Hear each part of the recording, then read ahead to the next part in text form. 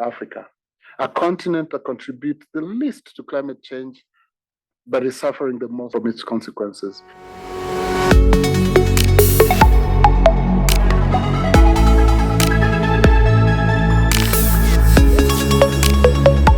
Thank you so much for being here with us today.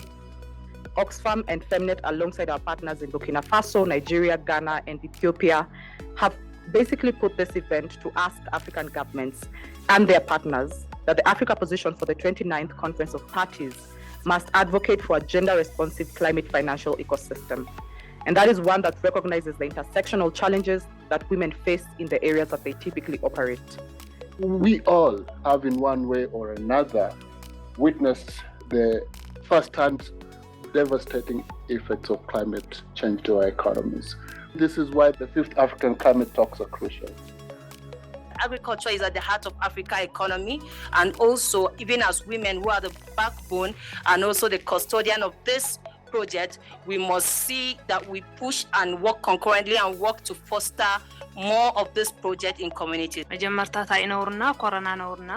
ድሕር ኮሮና አንበጣ ድሕር አንበጣ ቃልሲ ይነብሩ ድሕር ቃል ስለለ ደቅ መጽና እዩ ካዚ ኣብ ትግራይ ድኖ ሽግር ጸገም ማዓቲ ጸገም ናታዩ ብሕጽረት ዝናብ ድመጸና ማለት ብሕጽረት ዝናብ ድመጸና መንግስቲ ይኹን ህዝቢ እንተሓጋገዝ ማለት US research has shown Africa we need as much as $2.3 trillion from 2020 to 2030.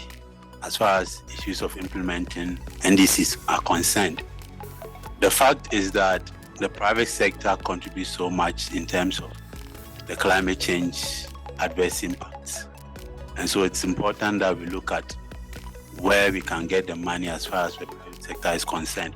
Africa must consciously advance towards a gender-responsive climate localization agenda. We should never forget the critical role we play of accountability, making sure we have the data, the facts, and making sure we do localized research that would give us the indicators that we need, and make sure also we collect the data within all the things that we do, so that this data can in turn inform the policies, which will in turn inform where the money goes, which will in turn now inform all the implementation. We need robust research, particularly research that uses an approach that's decolonized and centers the voices of marginalized people who are vulnerable to climate change, like women, like children, like elderly people.